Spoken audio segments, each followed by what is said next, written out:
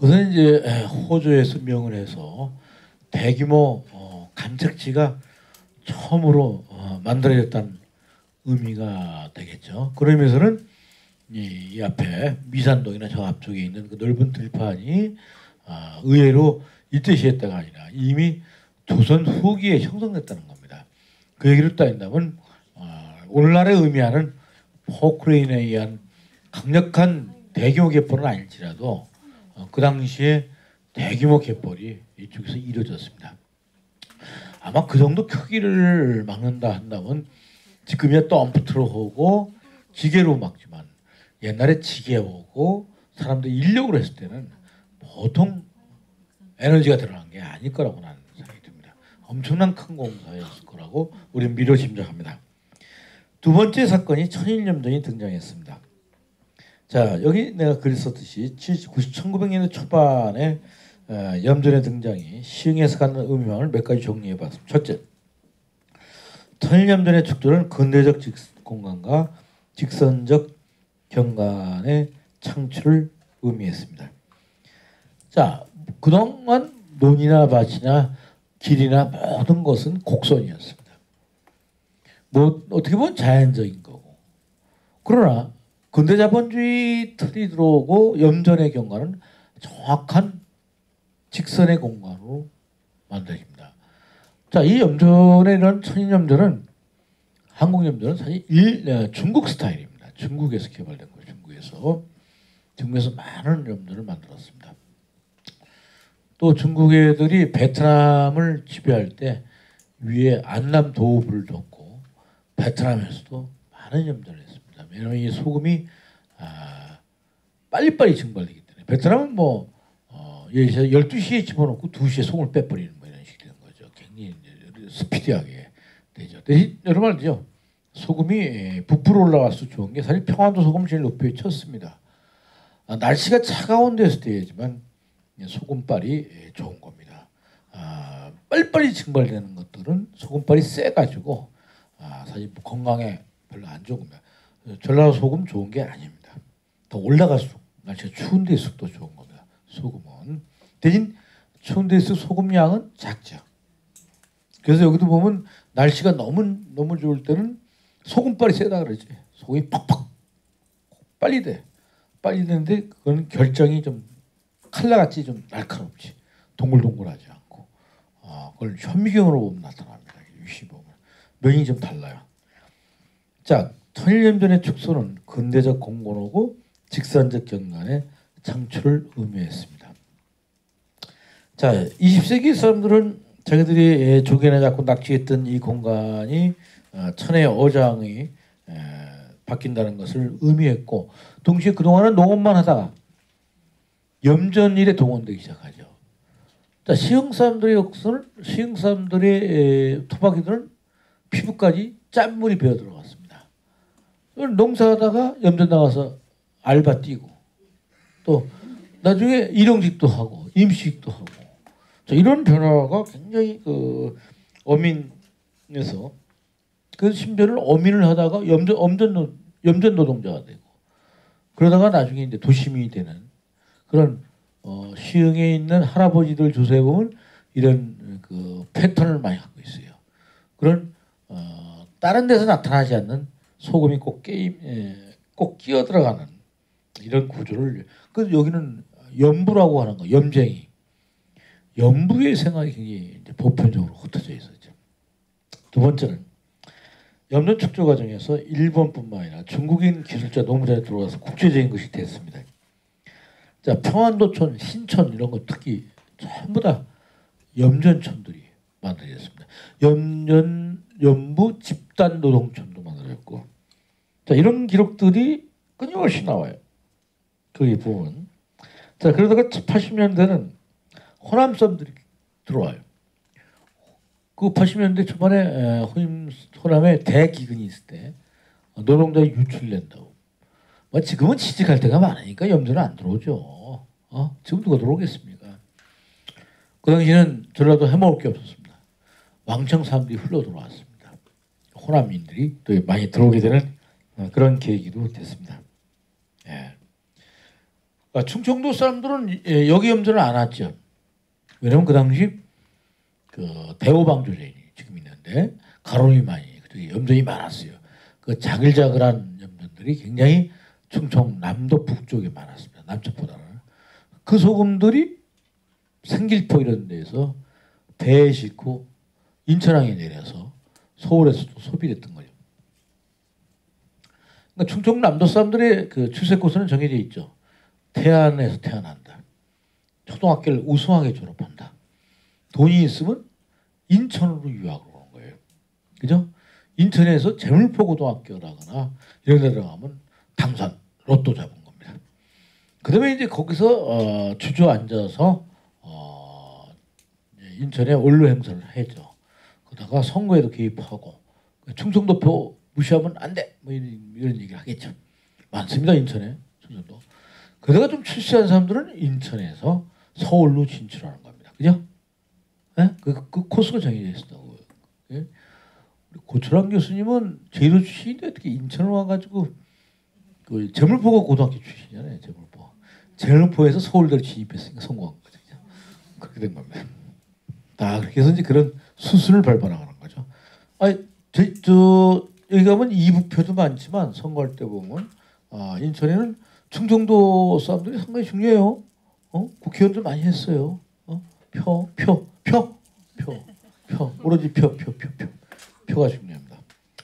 자, 소래염전이 30년대 조성했다면 군자염전은 20년대 조성했고 중국인, 한국인, 일본인 이런 것들이 계속 있었고 염전 이민사, 염전 사택 뭐 이런 것들이 끊임없이 있고 지금까지 이제 그 평안도초는 평안남도 용강, 아까 광양 염전지에 대해서 왔던 애들이에요.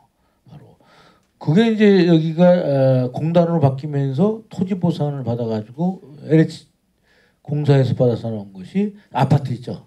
평안도 아파트라는 게 있다니까 아시죠? 안산 넘어가는 길에 보면 보이잖아요. 이름이 평안도 아파트예요. 평안 아파트. 그게 평안도촌이었다고. 평안도. 지금 모르겠어 주민 구성이. 근데 옛날에 그 평안도 사람들이 많이 살았던 것 같습니다. 그래서 그 당시 그쪽 역전 앞에 가면 평안도 순대집도 있었다. 순대국집도 있었어. 그런 얘기들이 나옵니다.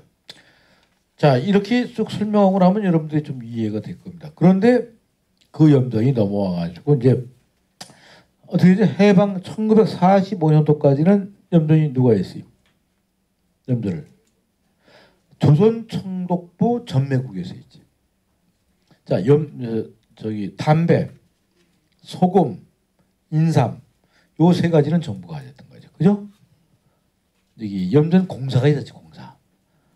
이제 공사를 만든 거야. 공사. 그 당시 이제 석탄 공사 모든 게 공사 체제로 돌아간다고. 공기업이라는 게 처음 만들어지죠. 아주 진짜 해양 국가가 프랑스입니다. 아시죠? 프랑스는 어린이들 책을 봐도 아이들 책을 뭐 3살짜리 책부터 10살짜리까지 다양한 어린이 책을 둡니다. 그 캡틴 쿠스토라고 있습니다. 들어봤죠? 쿠스토 알아요? 쿠스토. 쿠스토 유명하지. 영화 감독이자 다큐멘터리 제작. 우리가 알고 뭐 어디 오션이 이런 영화에 그 처음 시작한 사람이야. 그 사람이다. 그리고 잠수함 개발.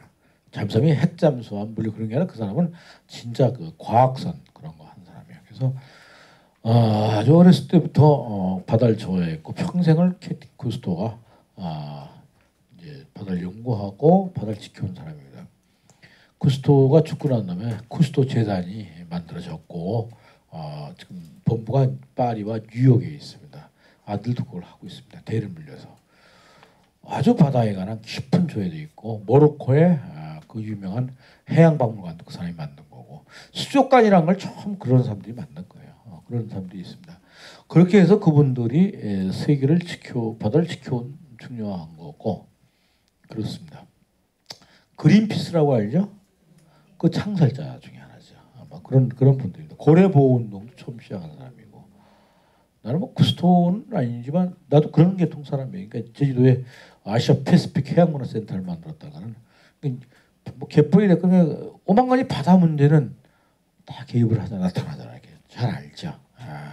우리는 로컬 사람은 아니에요. 로컬은 아니에요. 글로벌 연구자지. 전 세계 70개국 다 했습니다. 전 세계 다 했습니다. 자, 한국의 수준은 어떤가요? 한국은 참 아까 말씀대로 상당히 삼면이 바다고 그렇습니다. 근데 한국 사람들은 참 바다를 좋아하는 것 같은데 그런 민족은 아닌 것 같아요. 한국 사람들의 그 토종 비결이 있습니다. 토종 비결에 수제수를 조심하지 말아라. 물가에 가지 말라는 게 나옵니다. 기억나요? 물가에 가야지. 그죠? 꼭 또 속담에 물가에 내놓은 애 같다 이런 거. 물가에 애를 밀어야지 수영은. 그죠? 우리는 굉장히 물을 굉장히 두려워하고 뭐 그런 겁니다. 하여튼 물이 굉장히 한국은 바다에 중요합니다. 동해안에 조간대차가 있어요 없어요? 네? 없다는 사람? 있어요. 있어. 강하지 않을 뿐이지. 조간대가 있습니다. 근데 강하지는 않아요. 근데 이 강하지 않은데 물고기들은 강하게 느낍니다. 만월. 그렇기 때문에 한국은 특이한 데죠. 동해안 같은 거의 없는 데도 있고 서해안 같이 강력한 데도 있고 제주도 같이 적당히 있는 데가 있고 그죠? 한국은 나라는 조그만데 연락에 복잡한 나라지 그죠?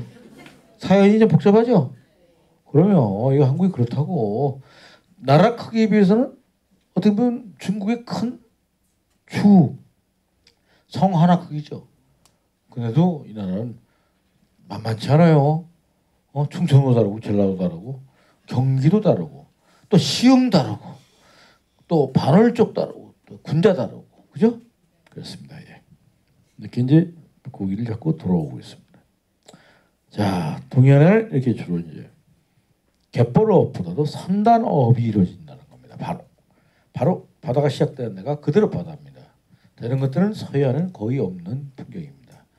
물론 정왕동 같은 데 이런 데 보면 뭐 포구를 만들었습니다만은 그 포구는 좀 이제 인공적인 거죠. 자, 경기도 대표적인 것이 이 조기잡이였죠. 연평도에 있는 겁니다. 연평도. 조기잡이 조각이 있습니다. 이 조기잡이 뼈들인데 이 조기잡이 뼈들이 이쪽도 많이 다녔죠. 이쪽에서도. 그런데 여기서는 그게 안 나왔다고. 시흥은 사실은 어업을 많이 했던 데가 아니라고. 채취어업을 했던 데라고. 화성에서는 좀 달라요. 고기 잡이뼈가 많이 나왔어요. 화성에 유포리 같은 데도 많이 나왔습니다. 이런 걸 통해서 서해안의 조기를 봅니다. 조기 채취. 자, 뻘은 뻘인데 이거같이 모래뻘이죠. 모래뻘. 뭐 이런 바지락이라 이런 것을 서해안에서 일반적으로 키우고 있습니다. 서해안 사람들의 일반적 섬들은 이렇게 배를 타고 이동하고 뭐 이런 것들이 일반적 삶입니다. 서해안에는 특히 그 조기 말고는 갈치, 그다음에 새우, 그다음에 꽃게를 많이 잡았습니다. 이거는 동해안계네. 자망 같은 걸. 근데 아주 옛날에는 꽃게를 먹었어요, 안 먹었어요? 안 먹었어요. 버렸어요, 꽃게. 꽃게 버렸다니까. 너무 흔해가지고. 그러면 자, 오징어도 잡히고 또 동해안 같은 이렇게 발효적인 거, 말린 가메기 이런 여러 가지 바다 생활을 하고 있습니다. 양미리 또 이런 조개류. 자, 이제 강화도 갯벌이 나왔습니다. 자, 여기 보면 갯골이 있습니다. 갯골이 물이 흐르고 있습니다. 지금 내가 보기에는 이제 시흥 갯골은 이런 정도 라인원과 물이 남아 있는 겁니다. 그리고 여기가 육지화된 거죠, 그죠? 육지화된 거. 그러니까 여기에서 육지화되면서 소금 염전을 이게 염전이 바뀐 거죠. 그렇게 이제 보는 것이 맞겠습니다. 이런 갯골들이 흘러나가는 거죠. 아주 크지는 않지만 그래도 강화갯벌도 상당히 예쁜 갯벌입니다. 여러 말들은 새만금 갯벌이죠. 새만금. 오이도죠? 오이도가 아니라 개화도죠. 개화도가 있고 저 멀리 갯벌이 쫙 있습니다. 자, 이런 데는 물풀이 아니라 모래가 좀 있습니다. 그러니까 여기는 주로 조개, 바지락, 백합 같은 거, 뭐 이런 거.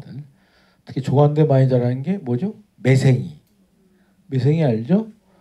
많이 듭니다. 매생이들. 자, 조간대에 이런 사고도 있습니다. 아까 여기 보면 통보리 사초 같은 거 이렇게 풀들이 자랍니다. 통통하죠, 통보리처럼. 자, 이런 이제 물이 흐르고 모래가 형성되는. 자, 이런 것들 이거 우이도인데 이런 것들이 나중에 해수욕장으로 개발되죠. 이건 해수욕장으로 개발된 데가 아닙니다. 이렇게 자연스러운 이런 데입니다. 그리고 바닷가에 조간대 이렇게 나무를 찍죠. 나무를 찍고 방풀림을 한다거나. 서해안의 대표적인 이제 이 물봉 같은 것들이 있죠.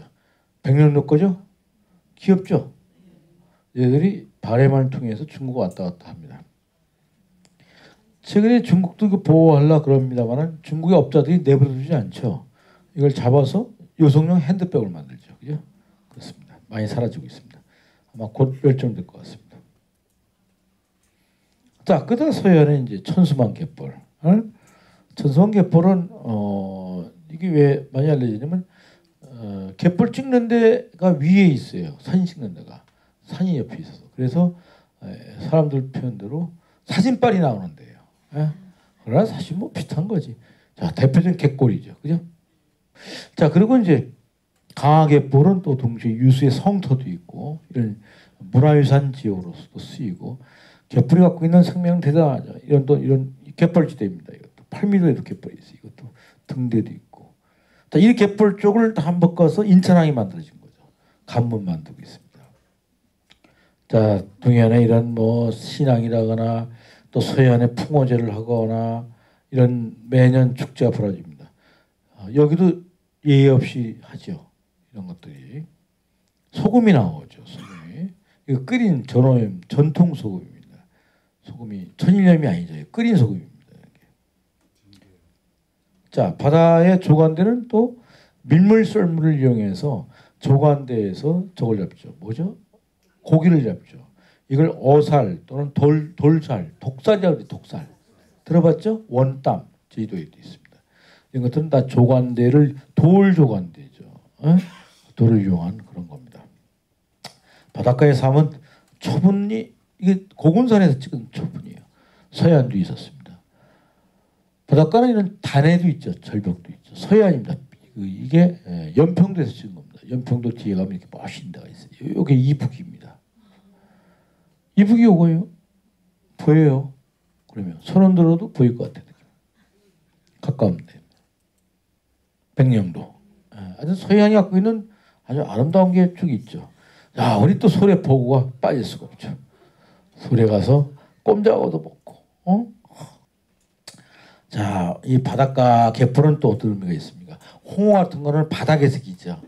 그러니까 음식이 그렇죠. 같은 가자명이 바닥을 해도 아래 거는 뻘을 먹고 살잖아.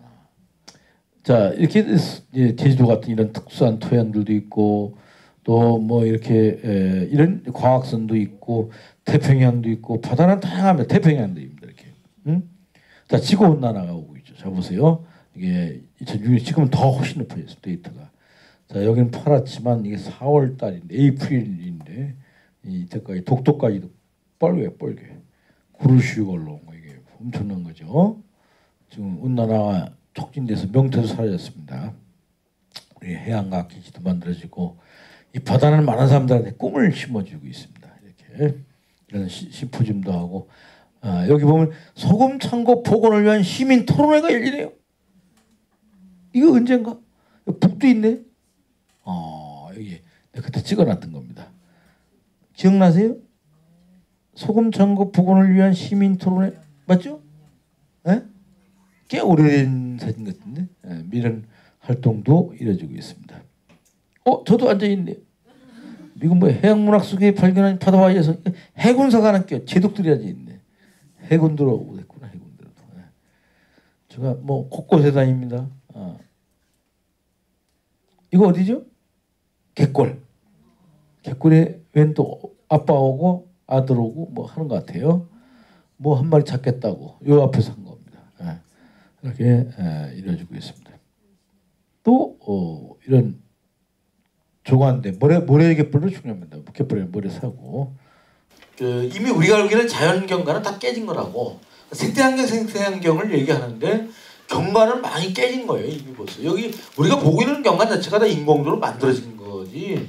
환경운동가도 조심해야 된다고. 그 이미 인공적인 상태에서 그나마 자연적 복원력을 좀 가진 거지. 그것이 완벽한 의미의 장원력은 아니라고.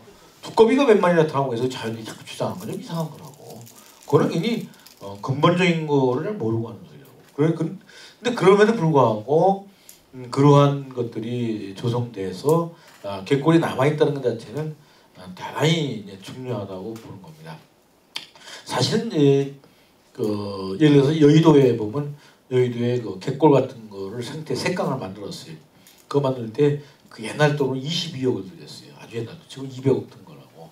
그거 그냥 내버려두면 돈 안 들이는 건 같다. 22억 들여서 만들었다고. 다시 갯골을 만들려면 1,000억까지도 못 만드는 거라고. 저걸 정원을 만든다고 공사를 해본다고.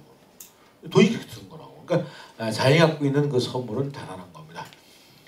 근데 우리는 이제 이 갯골을 관리하고 할 수 있는 방법이 별로 잘 몰라요. 그래서 할 수 있는 게 여러 가지 뻔한 게 나오는 게 여러분 알다시피 뭐 데크 만드는 거. 이렇게 데크를 좋아해. 데크 사람, 데크 난간 뭐 이런 거. 그건 그 한경된 것처럼 이해가 안 가. 데크 업자하고 뭐 랑데브를 하는지.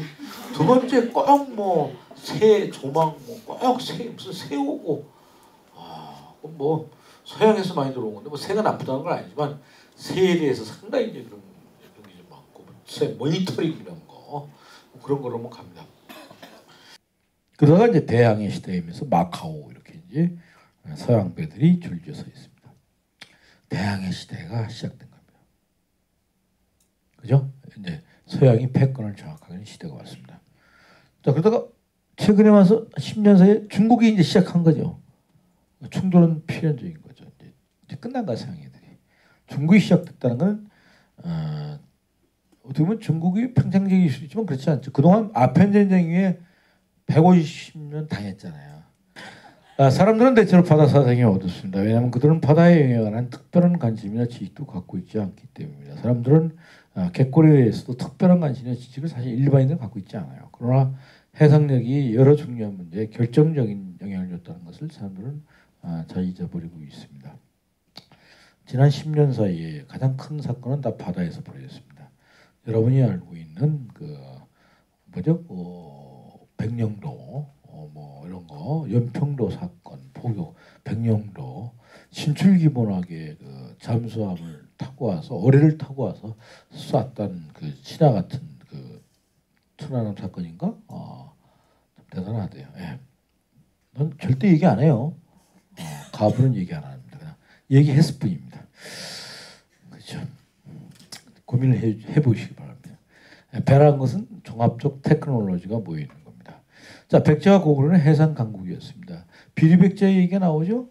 당연히 그 위에서 내려오는 겁니다. 그래서 틀림없이 한강을 따라서 올라왔을 겁니다.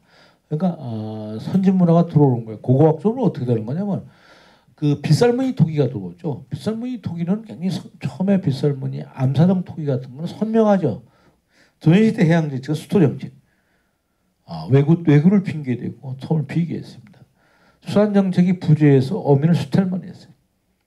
세금이 세 가지죠. 어세, 고금세, 염세, 소금세, 선세, 뱃세, 어렴선 세 가지 세금을 뜯어갔어요. 세금을 뜯어먹기만 하지 도와주는 건 하나도 없어요. 그리고 바다들은 천민화 정책을 했습니다. 옛날에 뱃사공 태우는 걸 뱃사공을 뭐라 그러죠? 영어로 표현은 뱃사공이 캡틴이지 캡틴. 두선업을 통제했고 출입을 금지했습니다. 그러면 지금도 배가 떠나면 꼭 와서 잠시 검문 있겠습니다. 그죠? 뭐 서해안이라는데 딱 도착하면 먼저 경찰부터 탁 나오죠. 뭐 그런 것들이 굉장히 좀 그렇죠. 연암 다산 같은 사람들이 다도 경영을 부르졌으나 구호로 끝났죠. 이런 외상도 있고 수토를 했고 항토금이에서 소금이나 이런 걸 계속 조개를 캐갔습니다. 이 사진이 어디 사진인지 아세요? 오이도 옛날 모습이 오이도에 이 사진을 내고 있는데 진짜 엄청나게 이게 자료가 다 이게 뭐 조개야. 맛이나 그런 거에 야 이게 차를 뭐 그냥 바리바리 한 번 나가면 이렇게 잡아오는 거야. 엄청나게 잡아온 거지. 예. 이런 거 또 원당 같은 거 소금. 자 제주도에도 바다 하는 사람들을 비바리하게 비바리 아주 깔보는 거라고. 해충꽃들 아래 것들 깔봤어요. 경시했습니다. 태우로 고기 잡고. 그러나 이제 이렇게 큰 섬들이 잘 가꿔지면 먼 섬들이 보물섬이 된다고 다산 같은 사람들은 얘기를 했어요. 그러나 다산 같은 사람들은 힘이 없었어요. 얘기만 한 거지. 기양살이 하는 신세였는데 뭐. 그러니까 우리 알고 있는 다산이 얘기한 좋은 얘기는 그냥 책에 쓴 거예요. 그 얘기가 전달될 수가 없었지. 그가 쓴 경서위표 같은 거는 금소, 금소. 뭐 그 당시 따위 뭐 그렇죠. 좌파였죠. 이렇게 되는 거죠. 자 해양 세력이 들어오기 시작했습니다. 15, 16세기 이래 이제 제국주의가 들어옵니다. 일본은 나가사키 데지마라고 조그만 섬을 만들어서 대개방 정책을 서둘렀어요. 일본의 변방이 가고시마입니다. 그 찜질하러 많이 가죠? 가고시마. 자 큐슈 밑에 있습니다. 조슈가 야마고치 시모노세키 아시죠? 시모노세키 옆에 있습니다. 얘들이 해양을 켜서 얘들이 메이지 유신을 만들어요. 얘들이 변방에서 바닷가에서 막 해괴물 잡아버린다고. 이런 것들을 우리는 보게 됩니다. 자 메이지 시대 때 중요한 사람들 보겠습니다. 사스마 사이고 다카모리 같은 사람 대표적인 거죠. 그 라스트 사무라이 영화 보셨죠? 거기 배 갈리고 죽는 사람 있죠. 이 사람이에요. 자 조슈파는 익숙할 거예요. 예를 들어서 뭐 이야쿠라 사일단 도모의 원수 이토 히로부미는 아시겠죠. 야마가타 조선총독부 이노우에 공사 가스라 테프트 조약의 가스라타로 데로우치 총락 노기 원수 소네 수색의 증저 하레비 하세가 총독 미우라 공사 민비 죽인 사람 이런 사람들이 전부 다 같은 나와바리 동네 사람들입니다. 쉽게 말하면 시흥 뭐 정왕동 주민회 뭐 이런 애들입니다. 동네끼리 일본의 해괴문을 잡은 겁니다. 자 이런 것들이 이제 이미 시작됐습니다. 1514년 바닷가에 시작됐다. 바닷가에서 시작됐다라고 하는 겁니다. 1492년도에 콜럼버스가 갔다 그러는데 벌써 1514년도에 마카오에 나타납니다. 1541년도에는 일본에 나타납니다. 굉장히 빠르죠? 아주 빠른 거예요. 아주 스피디하게 진행되는 겁니다. 사비에르 신부가 나타나죠. 천주교가 처음으로 천주교 신자 있어요? 사비에르 중년사입니다. 사비에르가 시작하는 겁니다. 처음으로. 나카사키 대지방 하면 지금도 이런 게 있습니다. 건물이 남아 있고 여기 그림인데 여기 무역 상간이야. 여기 이제 네덜란드 애들이 여기서 무역을 하는데 요 공간만 주거가 허락돼. 나머지는 못 나가게 돼 있습니다. 좀 이해가 됐죠? 자, 이러면서 얘들은 보이지 않게 바늘구멍을 열어놓고 대외적인 개방을 쳐두는 거죠. 자, 이렇게 이 얘기는 뭐냐면 일본의 메이지 유신 가장 중요한 해양 강구로 가는 길이 바닷가 변방에서 이루어졌다는 거예요. 시골에서. 이 얘기를 합니다. 역사는 말합니다. 변방을 주목하라. 홍콩, 마카오, 부산에 간 인천은 외국 문물과 제국이 들어오는 최전선이었고 변방은 당대의 바닷길은 하이에이어였다. 제가 책에 쓴 겁니다. 외국 사람이 쓴 거 아니에요. 우리 한국 사람들은 우리가 쓴 거는 우습게 보고 하버드 대학에서 하면 왁 하고 그래요. 약간 가세요. 하버드 교수님 빨리 다 가십시오. 일본에 온 남만선입니다. 이렇게 오고 총이 전달되고 그랬습니다. 자, 우리는 이제 해양 문화를 얘기할 때 여기는 꼭 얘기를 하는 게 축제하고 뭐 별로 얘기하는 게 없더라고. 다 이런 품목들이 해양 문화입니다. 생태관광, 섬여행, 해수 스파, 등대관광, 시푸드.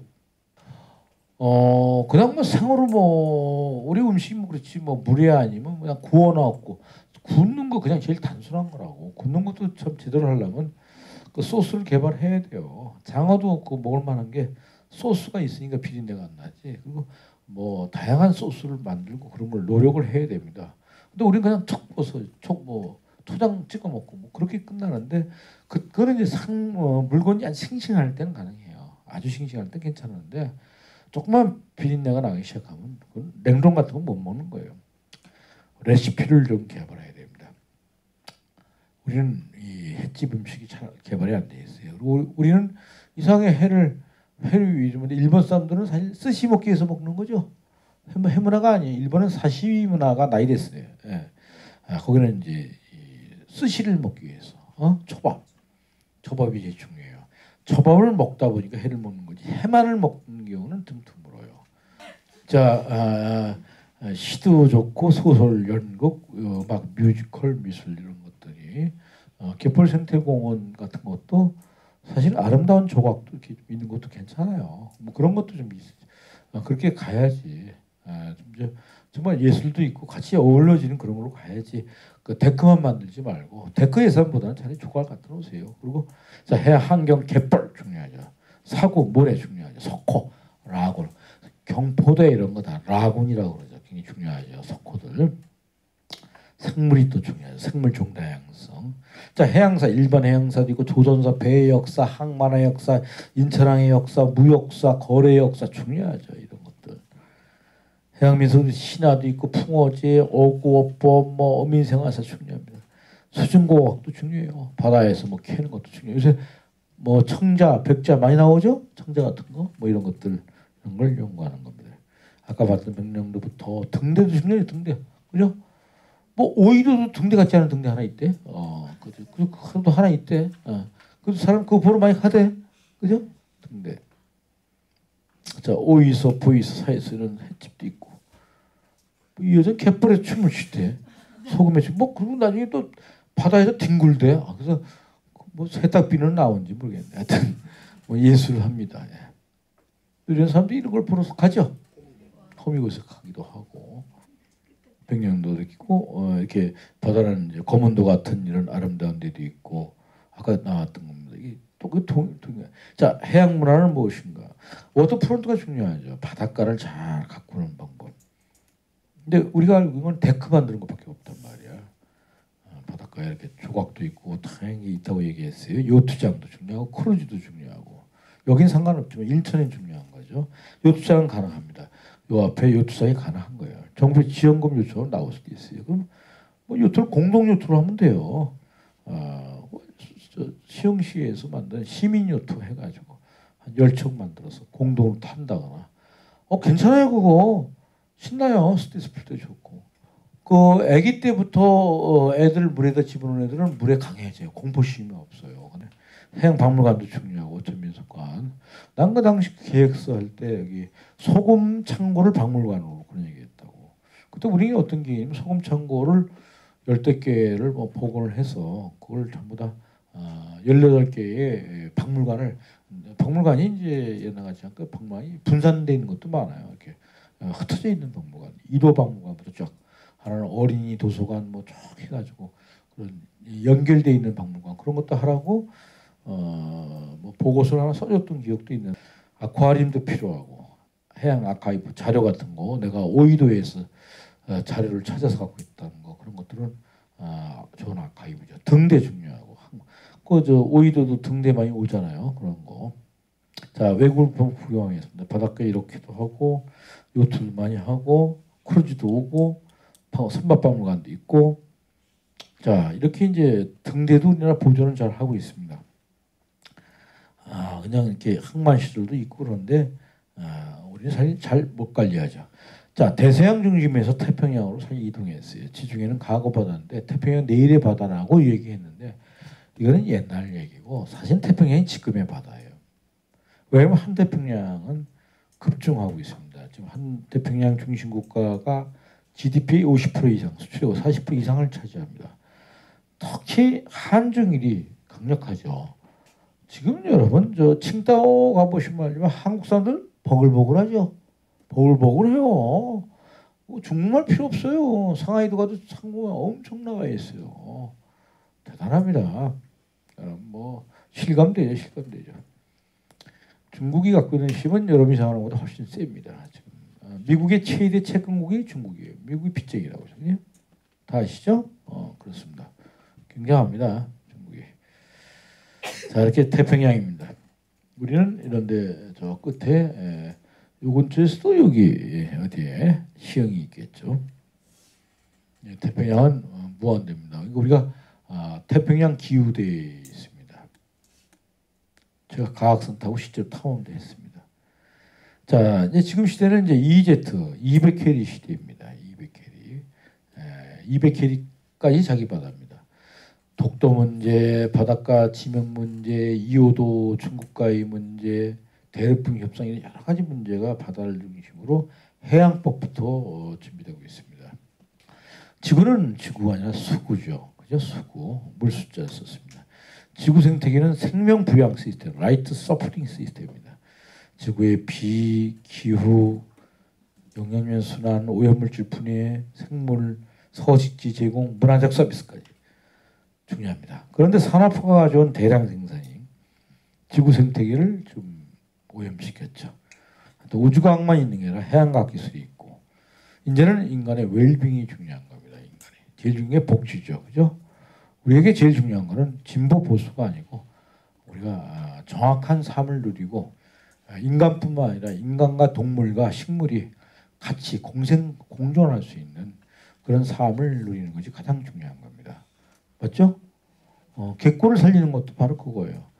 지금 시민과 공무원들 거버넌스를 통해 가지고 우리 학습을 통해서 쉬운 객고를 우리들의 웰빙의 장소이자 향유의 공간이자 또 다른 동물과 식물도 같이 살 수 있는 공간으로 남겨두는 것이 우리들의 과제고 의무죠. 그죠?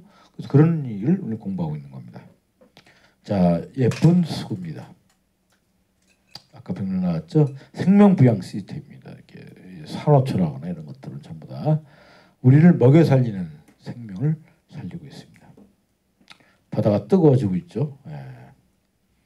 우리가 잠수함도 만들고 가학선도 만들고 고래보호 운동을 많이 하죠.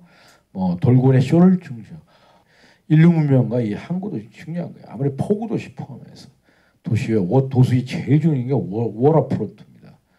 여기도 수변가라 있죠. 바닷가를 잘 하는 게 굉장히 중요한 거예요. 이게 바닷가 도시계획의 기본은 워터프론트에 있는 겁니다. 모든 중심을 바다로 가는 겁니다. 해양 도시를 잘 재생하고 도시로 새로운 도시를 받고 항구 도시의 경관을 잘 보존해 나가는 것이 중요합니다. 자, 이렇게 요트를 타고 또 전 세계가 이렇게 바닷가를 하려고 굉장히 애를 써요. 바닷가에 이렇게 뭐 만들어 보고 이렇게 보게끔 이렇게 뭐 경관도 만들고 또 고배항도 보면 이렇게 예쁘게들 하고 그렇습니다. 이런 것들이 우리는 바닷가에 이런 거보다는 주로 횟집이 쫙 있죠. 횟집, 뭐 충청도집 뭐 이런 식으로 쭉 있습니다. 그렇습니다. 까오슝 이런 데도 가보는데 내가 전 세계를 다녔어요. 다니다 보니까 이런 여러 가지 일들을 하고 있더라고요. 리스본 같은데 해양 강국이죠. 박물관입니다. 이렇게 이제 가장 아름답던 바르셀로나를 한 것 같은데 보면 있습니다. 여기 누워 있어요. 여행객들이 누워 있고 우리는 이렇게 못 누워요. 왜냐면 이런 데도 반드시 철조망으로 들어가지 마시고 됩니다. 그런 거 할 필요 없어요. 사실 죽을 놈들은 기어 올라가서 죽더라 죽는다고. 위험하지 않아요, 사실. 이렇게 바닷가에 제너바 같은데 저는 전 세계 다닌 사람이에요. 전 세계 다니면서 이렇게 지금도 카메라를 메고 제가 제일 좋아하는 게 조용필의 킬로만짜리 표본입니다. 나는 표본이고 싶다. 카메라 메고 어슬렁거리는 겁니다. 하이에나가 되고 있다. 그럽니다. 전 세계 다닙니다. 샌프란시스코도 미양이에요, 사실. 미양은 되게 통제되는 거라고. 색깔도 통제하고 아주 엄격히 규정을 합니다. 한국은 뭐 팀 맛에 사는 사회니까 각자 팀은 돼요. 요트장이 있고 물개들도 있고 개도 있고 이런 조각도 많아요. 이런 것도 하고 이런 것들을 굉장히 바다를 갖고 나가는 겁니다. 호놀룰루 같은 게도 보면 가보시면 알지만 이렇게 와이키키 보면 제 7부두인데 이렇게 고층 건물이 있고 밑에는 낮아요.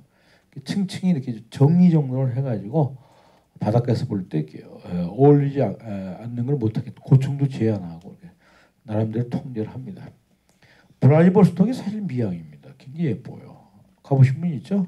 그 예뻐요. 한국에서 들어보면 아주 레닌 동상이 있었죠. 여기 까오싱 중국간 벌써 이상해지기 시작해. 이렇게 올라와. 이게 한국형이 이렇게 올라옵니다. 대만은 좀 이상해. 우리 군산이네. 굴뚝도 있고. 좀 약간 후지네. 약간. 부산. 알죠? 부산. 아파트. 우리 모든 게 아파트. 우리 욕망은 다 아파트예요. 우리 아파트죠. 저 부산이었습니다. 근데 요 선을 깨면 안 되는데 하여튼 아파트고. 우리 인천은 짱깨집 중국집 알죠? 중국집. 자, 제가 바다로나가 제국이 되고 바다가 갇혀서 뭐죠? 제가 저거 된다 그랬습니다. 뭐냐? 식민지가 된다 그랬습니다. 제 강의의 핵심은 저거였습니다. 여러분들한테 전 세계 바다를 알려주려고 하는 게 아니라 원래 등잔밑이 어둡다는 얘기가 있어요. 누구나 다 아는 얘기지만 이렇게 개꿀 저런 게 있을 때 저것이 가치가 얼마인지를 모른다고. 안양 저런 데는 그런 게 없잖아요. 강하고 바다는 다른 거지. 가치가 다른 거예요. 좀 달라요. 많이 다른 겁니다. 그런 의미에서는 여러분들은 상당히 좋은 데 살고 계신 겁니다. 그리고 이게 서울에서 아주 가까운 데예요. 그러면서 이 갯골은 여러분 알다시피 도시를 끼고 있는 데서 그나마 남아있는 경기도 같은 경우는 유일한 데가 여기밖에 없어요. 여기. 한 군데 남은 거라고. 그 남게 된 것도 결국은 알다시피 소금 염전을 하다 보니까 그 주변이 난개발이 안 됐던 거라고. 성담이 차지한 거에 대해서 우리가 논란이 많지만 일단은 요새 그런 게 많아요. 동해안에 가장 경관이 좋은 데로 남은 데는 군사작전 지대라고. 군인들이 차지했기 때문에 그나마 그게 점령이 된 거라고. 그런 거 못 느껴요? 그렇게 되는 거예요. 지금 이게. 그러니까 인간의 욕망을 억지로라도 통제시키는 그런 또 측면도 있습니다. 그런 의미에서는 그러다 보니까 여기는 갯골이 잘 남은 겁니다. 그것은 굉장히 정말 껴안고 가야 되고 저는 그런 생각을 해요. 내가 좀 바쁜 것 같아도 제가 뭐 제주도에 세터했죠. 그 제주도를 상대로 하는 게 아니고 글로벌을 하는 거라 주로 그 외국을 많이 상대합니다. 나 기회가 나면 제가 소금 창고라는 책을 낼 거예요. 돼 있어요. 다 돼 있는데 원고도 대충 써놨다고. 그래서 제가 보완을 해서 그리고 옛날 이 뒷골 창고가 무너지기 전에 사진을 뭐 잠깐만 찍은 게 아니라 제가 찍은 것도 있어요. 훨씬 전에 아주 옛날 흑백으로 찍은 것도 있고. 그래서 한번 책을 낼 생각도 있고. 나중에 또 기회가 있으면 저 오이도 문서는 상당히 중요한 겁니다. 그 오이도 문서를 그 시흥시사 뒤에 자료편에 내가 소개했어요. 리스트를. 그래서 빨리 내가 논문 쓰거나 책을 내고 그 자리는 시흥시청에 기증하려고 그래요. 돌려줘야죠. 뭐 내가 줄 의무는 없어요. 내가 수입한 거니까. 원래 쓰레기통 버리기 직전 걸 어민들이 버리려고 하는 걸 내가 인수한 거기 때문에. 근데 그 당시 여기 간척되기 직전에 폐류 거래부터 배산이 그런 것들을 전부 수집했습니다. 뭐 여기 것만은 아니에요. 뭐 경상도 거부터 전국을 다니면서 그런 것들 수집을 해왔습니다. 바다 연구하는 사람이기 때문에. 근데 특히 시흥은 그런 의미에서는 저도 인연이 좀 있습니다. 시흥은 괜찮아요. 왜냐하면 그나마 시흥 YMCA라거나 또 환경이라거나 여기 나름대로 지역 활동하는 분들이 아주 열심히 합니다. 또 미래 의지하는 분들 계시고 그래서 작은 동네이긴 합니다만은 상당히 의미가 있고 또 사실은 여기 여러분 알다시피 포동 같은 데도 진짜 포구의 역사로 중요한 데죠. 세우개 중요하죠. 그리고 지금 뭐 할 얘기가 아니지만 역사적으로 옛날 포리오 사건 기억하시죠? 포리오 아는 분 손 들어보세요. 포리오 몰라요? 손 들어보세요. 그 포리오라고 놀라운 사건이 있었죠. 이게. 그 사건은 참 정말 세상에 그런 사건이 있네. 여기 이제 세우개 사람들이 배를 만들었어. 나름대로 큰 걸 만들어서 두고 나왔는데 1960년대 그때 가자 북으로 오라 남으로 4.29 혁명 나고 그럴 때였어. 그게 아마 11월이었을 거예요. 겨울이었을 거예요. 근데 이 표가 내려가서 흑산도까지 갈치 잡으러 간 거야. 갈치 잡으러 내려가서 그다음 갈치를 많이 이제 겨울에 잡았습니다. 그런데 그 당시 전라남도에서 고등학생들을 갖다 어떤 교사가 이제 그러면 좌익분자였죠. 그래서 이제 남노당 아마 잔류세력이었어요. 60년대. 전쟁 끝난 지 7년밖에 안 됐던 거니까. 그래서 이제 월북을 기도해가지고 배를 탈취해서 이제 오다가 배가 엔진이 고장났어. 그때 우리 하성 세옥에서 내려오는 포류를 만난 거야. 우연히. 그 포류를 탈취를 한 거야. 이해했어요? 그래서 그 포류한테 가자 북으로 그런 거야. 근데 또 포류가 또 엔진이 앉아서 이것도 표류하게 됐어. 그다가 마침 그 도라지호라고 이제 제주도와 제주도와 어떻게 되냐면 이제 육지를 왔다 갔다 하는 연락선이 됐어요. 그 배를 또 탈취한 거야, 애들이. 그 연락선 몰고 입으로 가려다가 이게 뭐가 잘 안 됐어. 그때 이미 이제 그 첩보가 어떻게 가기 전부터 월북한다는 소문이 있었어요. 그래가지고 이제 결국은 체포됐습니다. 그래가지고 끝나서 걔들이 뭐 재판받고 사형당하고 뭐 그런 게 있었을 거예요. 1960년대야. 고등학생도 있고 그랬으니까. 그런데 어떻게 됐냐면 그 다음에 영화가 만들어져요. 방공 영화가. 그게 포리호의 반란이라는 영화가 만들어집니다. 허장강 이런 애들 나오는 영화야. 초기에. 그래서 이 영화를 통해서 시흥 일대가 완전히 빨갱이 마을처럼 돼버렸어. 약간 영화가 각본이 이상해버린 거야. 그래가지고 상당히 어려움을 겪었던 사건도 있었습니다. 포리호의 반란이라는 게 있었습니다. 그런 게 1960년도 얘기니까 어떻게 된 거예요? 그것도 60년, 40년, 53년 됐네요. 그럼 그걸 어떻게 내가 알았냐? 다양한 그 당시에 그 자료들이 있습니다. 신문 자료부터 뭐 그것도 내가 한번 시간 나면 한번 써줘야 돼. 내가 할 말 많아 여기. 또 여기 원래 이쪽에 그 민속을 가장 많이 했던 사람 중에 하나, 우리 선배 중에 하나가 장철수 교수라고 있었어요. 세우개를 조심하는 그분이 인류학자였는데 일찍 돌아가셨어요. 세우개 출신이라고 뭐 그런 분도 계셨고, 그래서 여러 가지 인연도 있었고, 그다음에 여기 향토자시에 있는 그 양반 있죠, 그 자료 많이 수입했던 그분 리양기 죽었을 때 제가 그 리양기에 대해서 아카이스트라고 제가 글을 써준 논문도 쓴 게 있죠. 이렇게 하다 보니까 이상하게 세형에는 관계를 많이 안 할 수가 없는 관계였습니다. 오랜 인연입니다. 저도 주민은 아니지만 뭐 단지 20년 왔다 갔다 합니다. 자, 그렇게 하시고 여러분도 하여튼 만나서 반갑고, 다음번에는 반드시 그 소금창고 책을 써서 만나야 되겠네. 여기 출판 기념회 여기 와서 해야 되겠다. 한번 해가지고 그냥 책 몇십 권도 뿌려주고 한번. 괜찮죠? 한번 해야 되겠습니다. 자, 지루한 강의를 이렇게 듣다 보면 지루한 거예요. 힘들죠? 힘들다 그러면 안 돼요. 얘기하는 사람 얼마나 또 입이 아프겠어요. 자, 이거로 마치고 또 뵐 일이 있을 것 같습니다. 자, 제주도 놀러 오세요. 반갑습니다.